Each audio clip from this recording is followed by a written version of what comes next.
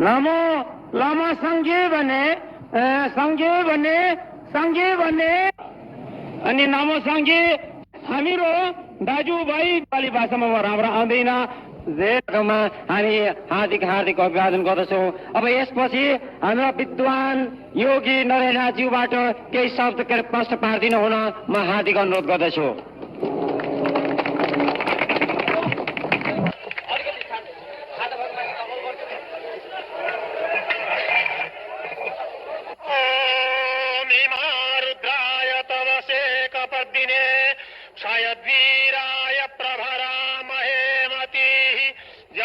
समसद्विपदे चतुष्पदे विश्वं पुष्टं ग्रामे अस्मिन्ननातुरम् देशे अस्मिन्ननातुरम् राष्ट्रे अस्मिन्ननातुरम्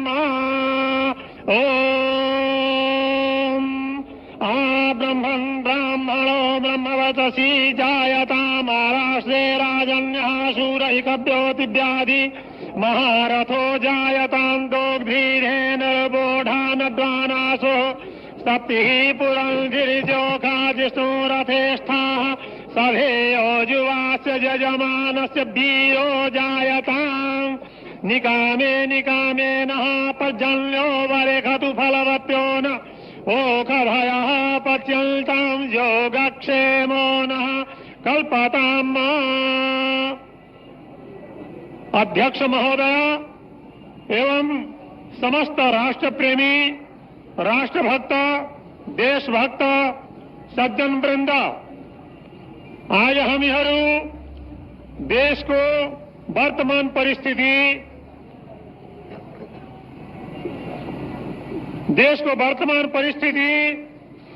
अनि देशका समस्याहरू, विश्व हिन्दू संगठन, आध्यात्मिक नेपाल, हाम्रो राष्ट्रियता, हाम्रो इतिहास र पुरातत्व अनि हाम्रो कर्तव्य के छ अनि सम्मति र विविध प्रसंगहरूलाई लिएर विचार विमर्श गर्न उपस्थित भएका छौं र आजका आयोजकहरूले र श्रोताहरूले मलाई यति विषयमा बोल्न भनेर उभ्याउनु भएको छ। वर्तमान परिस्थिति सबैले जानेकै विषय छ, भोगेको विषय छ, त्यो औल्याइरहनु पर्ने जस्तो मलाई लाग्दैन। वर्तमान परिस्थिति के छ, प्रत्येक व्यक्तिले भोगिरहेको छ, प्रत्येक व्यक्तिले त्यसको अनुभव गरिरहेको छ। चाहे सुखी होस्, चाहे दुखी होस्, सानो होस्, ठूलो होस्, टाढा होस्, निकट होस्, त्यसले वर्तमान परिस्थितिको अनुभव अवश्यमै प्रत्यक्ष रूपमा गरिरहेको छ र त्यसलाई फेरि दोहोऱ्याइरहनु अनावश्यक देखिन्छ। तर त्यसको उपाय अवश्य सोच्नुपर्छ। वर्तमान स्थितिलाई हामीहरूले उपेक्षा गर्नु हुँदैन र यो उपेक्षा गर्दाखेरिमा भोलिको दिन पनि भयंकर आउन सक्छ। अहिले जुन अवस्था छ यो अवस्थालाई यस्तै छोड्दिने हो, उपेक्षा गर्ने हो भने भोलिको दिन कालो आउला, भोलिको दिन दुखी आउला हो र भोलिको दिन भयंकर आउन सक्छ। त्यसकारणले आजका परिस्थितिको अध्ययन गरेर यसका पृष्ठभूमिमा हामीले भोलिको निर्माण गर्नु छ, भविष्यको निर्माण गर्नु छ, योजनाहरू बनाउनु छ, ती योजनाहरूलाई लागू गर्नु छ। यी विधि विधान र अध्यादेशहरू यी जति पनि हुन् यी सब भोलिका लागि हुन्, आजका लागि मात्र होइनन्। त्यसकारणले वर्तमान परिस्थितिमाथि हामीले सिंहावलोकन अवश्यमै गर्नु पर्ला र गरेर अनि तिनको सदुपयोग गर्ने, तिनबाट हामीहरूले शिक्षा लिने, त्यसबाट हामीहरूले भविष्यको निर्माण गर्ने काम गर्नुपर्ने छ। आज मेरा दृष्टिमा म एकचोटि 4 वर्षपछि मेचीदेखि महाकाली घुमेर अस्ति मात्र आएको छु र देशको परिस्थिति के छ भन्ने कुरा सबैले भोगेको कुरा र सबैले कटु अनुभव गरेको कुरा मैले पनि देखेर आएँ, मैले पनि भोगेर आएँ र मैले यहाँ पनि देख्दैछु र हेर्दैछु यहाँको स्थिति पनि के छ। जस्तो आज यो सभाको एउटा यस्तो किसिमको सार्वजनिक सभा गर्ने, हामीहरूको कुनै नगर भवन हुँदो हो, यदि कुनै सभा भवन हुँदो हो जसमा सार्वजनिक सभा गर्ने 2-4 हजार 10,000 मानिसहरू बसेर हामीहरूले सभा गर्ने यदि कुनै पनि सुविधा सभा भवनको गरेको भएदेखि यो हिलोमा उभिएर छाता ओढेर पानीमा थियो यसरी हामीहरूले काठिएर बस्नुपर्ने थिएन।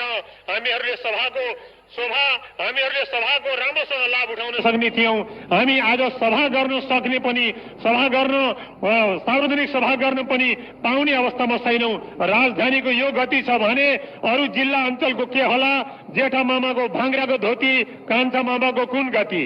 अब सबभन्दा पहिले यही स्थिति आजको हेरौं। यहाँ पनि पानी चुहेको छ र अरूलाई सबैलाई के अवस्था छ? यो हाम्रो स्थिति हो। आजको राजधानीको स्थिति हो, काठमाडौँको स्थिति हो। अरू मेची महाकालीको खोला नाला तर्ने बाटो छैन, फड्के छैन, लाभको छैन, साङ्गु छैन, कुनै पनि हामीहरूको यातायातको व्यवस्था छैन। मेचीदेखि काठमाडौँसम्म उनलाई धौधौ छ।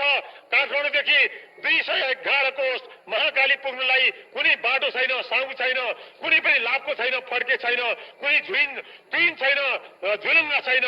एउटा बाबियाको लडो बाँधिएको छ, त्यो बाबियाको लडो चुडियो भने सबैले जानुपर्छ पानीमा। त्यसकारणले यो हाम्रो आजको यातायातको स्थिति छ। शिक्षाको स्थिति सबैले भोगेकै छ। शिक्षा जस्तो छ र यो शिक्षाले जे बनाएको छ, यो शिक्षाले जस्ता जन्तु जन्माएको छ, जस्तो किसिमको हामीहरूको आज विद्यार्थीको जीवन बर्बाद गर्दैछ, अध्यापकको जीवन बर्बाद गर्दैछ र जनताको समाजको समस्त जीवन बर्बाद गर्दैछ, राष्ट्रका जीवनमाथि कुठाराघात गर्दैछ। यो शिक्षाको वर्तमान स्थिति जस्तो छ त्यसको हामीहरूले कटु अनुभव गरिरहेका छौं। यो पनि शोचनीय अवस्था छ र यो उपेक्षणीय छैन र त्याज्य छैन। यसलाई हेलाका दृष्टिले हेर्नुहुन्न। यो शिक्षाको अवस्था आज हेरिएन भने मैले त अघि नै भनेको हो, यो शिक्षा लागू हुनुभन्दा पहिले नै यो शिक्षा अफाप हुन्छ। यो शिक्षा हाम्रो होइन, यो हाम्रो माटो सुहाउँदो होइन, हाम्रो देश सुहाउँदो होइन, हाम्रा आकाशले सहँदैन, हाम्रा पञ्चमहाभूतले यस शिक्षालाई सहँदैनन्। यो शिक्षा हाम्रो अनुकूल पर्दैन, प्रतिकूल जान्छ। यो सुल हुन्छ, भूल हुन्छ, भूलको सुधार गर्नुपर्छ। सुधार गरेर मात्र लागू गर भनेर मैले 5 शिक्षा विधानको संशोधन गरेर 5 ठुल्ठुला ठाउँमा दिएको थियो, ठुल्ठुला अधिकारी ठाउँमा दिएको थियो। तर 6 महिनापछि उत्तर पाइयो, प्रेस मिस्टेक, प्रेसको भूल, एउटा रेपको पनि सुधार नगरेर जस्ताको तस्तै लागू गर्नुपर्छ, कुनै पनि सुधार हुन सक्दैन भन्ने कोरा उत्तर पाएपछि अनि मैले विदेशतिर लाग्नु परेको थियो। यो शिक्षाले भूल गर्छ, सुल गर्छ र बिगार्छ देशलाई। देशमा अशान्ति ल्याउँछ, अराजकता ल्याउँछ, अव्यवस्था ल्याउँछ र यसले नराम्रो व्यवस्था ल्याउँछ। यो देशको समाजको स्थितिरीति बिगार्छ, माता पिताहरूलाई दुखी गर्छ, अभिभावकलाई दुःख दिन्छ, यसले शिक्षकलाई दुःख दिन्छ, शिक्षा विभागलाई दुःख दिन्छ र तलमाथि सबैलाई दुखी गर्छ। त्यसकारणले यो शिक्षा विद्यार्थीको जीवन बर्बाद गर्छ, ज्ञानका ठाउँमा अज्ञान दिन्छ र उच्छृङ्खलता दिन्छ।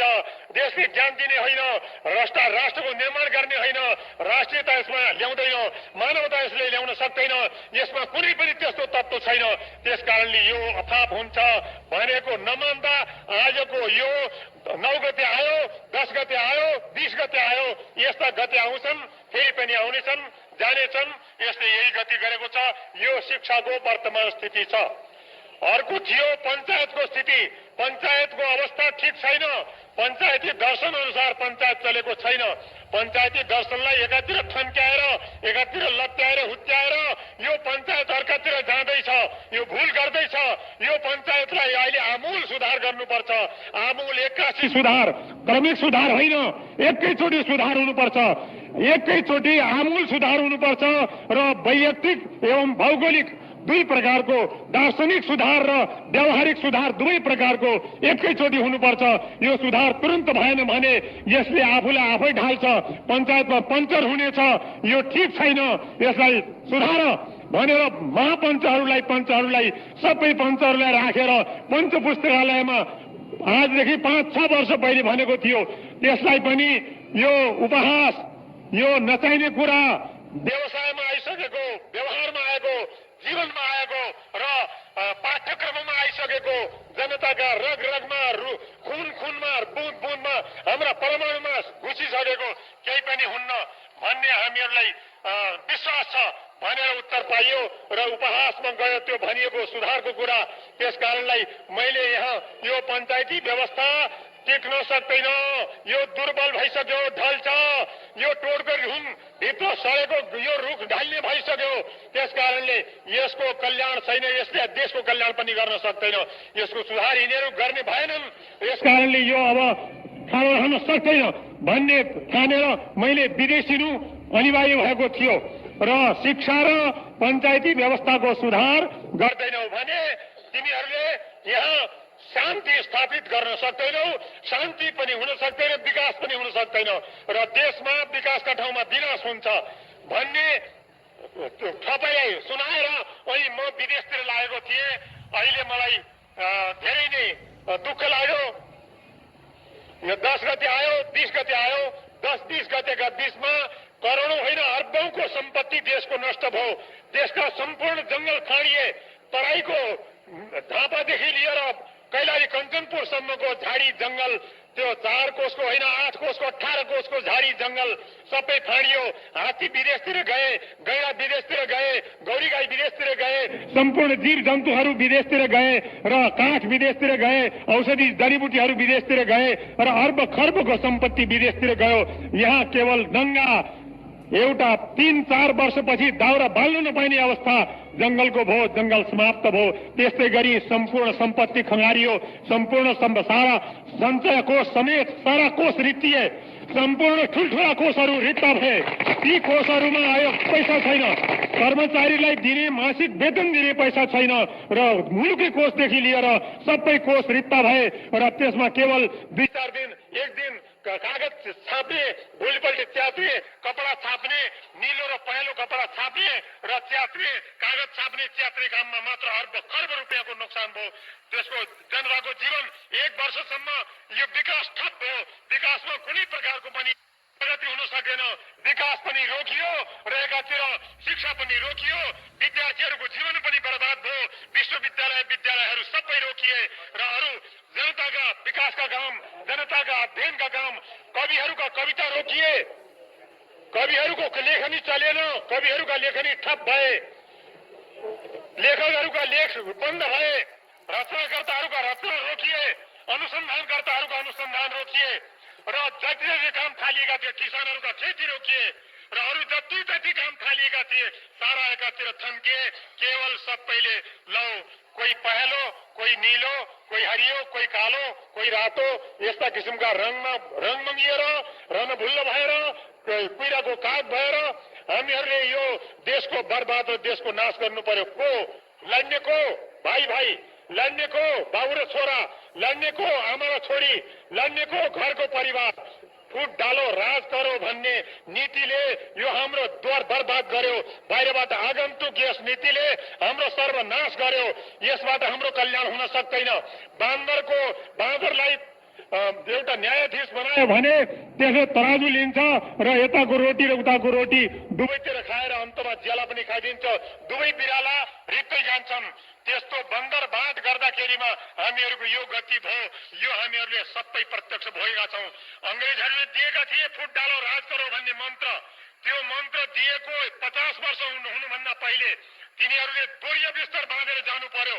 फुट डालो राज करो भन्ने नीति भाइमा फुट गर्ने, विद्यार्थीमा फुट गर्ने, समाजमा फुट गर्ने, घर-घरमा फुट गर्ने, दल-दलमा फुट गर्ने, एक देशमा फुट पार्ने जुन नीति हो त्यो नीति बाहिरबाट आएको हो। हाम्रो घरको उपज होइन, पञ्चायती दर्शनको सूत्र होइन, पञ्चायती दर्शनको निर्देश होइन। त्यो बाहिरबाट आएको चिज हो। बाहिरबाट आएको अंग्रेजहरूले दिएको मन्त्र हो।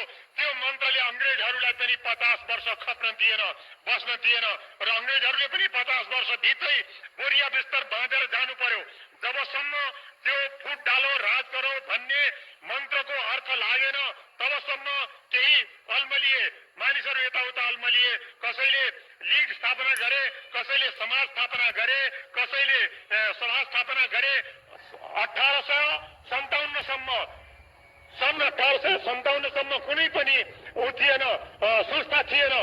1957 पछि यहाँ धेरै संस्था निक्ले र भारतमा धेरै संस्था निक्ले। ती संस्थाहरूले समाजलाई बाँडे फाँडे र टुक्रा टुक्रा पारे, चकनाचुर पारे, भाइ फुटे, गँवार लुटे गर्ने भयो र त्यही चिज हाम्रो यतापट्टि सर्यो र नाना प्रकारका भाँड भैलो, नाना प्रकारका नारा, नाना प्रकारका झण्डा, नाना प्रकारका विधान, नाना प्रकारका गुट, नाना प्रकारका फुट, नाना प्रकारका लुट मचिए र तिनले गर्दाखेरिमा हाम्रो देश जर्जर भयो, हाम्रो समाज जर्जर भयो, भारत पनि जर्जर भयो, नेपाल पनि जर्जर भयो र त्यो जर्जरित समाजले कुनै पनि विकास गर्न सकेन र जुन बेला सम्झे बुझे जब सम्झे तिनीहरूले कि यो अब फुटले हाम्रो कल्याण छैन, आपसमा हामीलाई फोड्नलाई, हामीलाई चकनाचुर गर्नलाई, महान शक्तिलाई, सङ्घ शक्तिलाई चकनाचुर पारेर यो हामीहरूको नाश गरेर हामीमाथि घोडा चढ्नलाई, हामीलाई गधा बनाएर जोत्रलाई, हामीलाई कुकुर बनाएर आफ्ना ढोका कुर्ने बनाउनलाई, हामीहरूको दास्य, हामीहरूको कमारापन, हाम्रो दासतालाई लिएर यिनीहरूले लाभ उठाउने भए भन्ने जब सोचे, जब विचारे, जब होस आयो, आँखा खुले, त्यो बेलामा दूर हटो रे दुनिया वाले, हिन्दुस्तान हमारा है भन्ने हिन्दुस्तानमा नारा लाग्यो र हाम्रो हो, हामी अरूका अधीनमा रहन चाहन्नौ, दूर हटो, भागो, भागी जाऊ, तिमीहरू पार हट, दूर हट, जाऊ समुद्र पारी जताबाट आयो उताबाट जाऊ भन्ने त्यस्तो किसिमको एउटा नारा लाग्यो र त्यो नाराले अनि संगठन आयो, जनतामा आएका संगठनले स्वतन्त्रता पायो।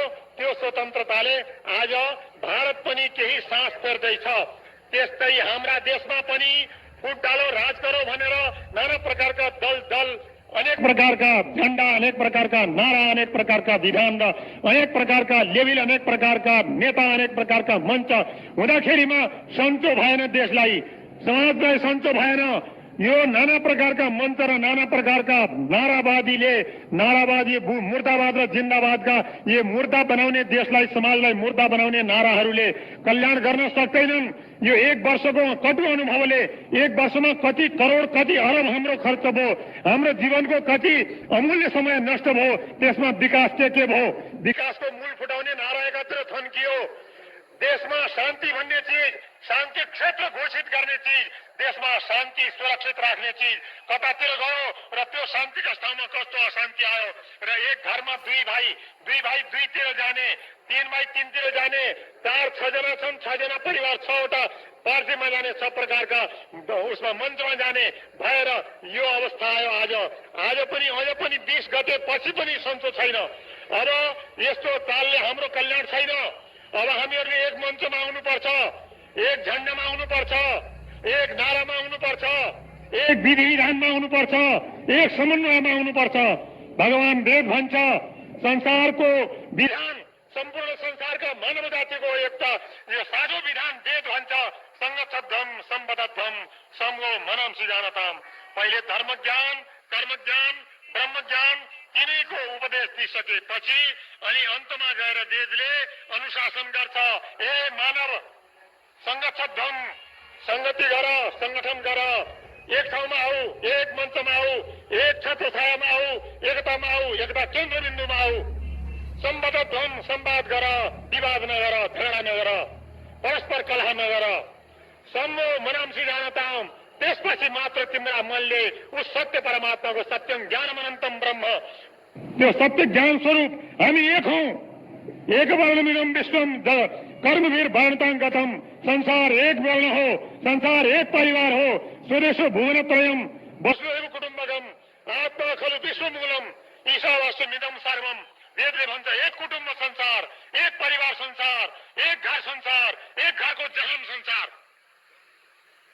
संसार दुईटा छैन, संसारको परमात्मा दुईटा छैन, संसारको ईश्वर दुईटा छैनन्, संसारका सृष्टि स्थितिकर्ता दुईटा छैनन्।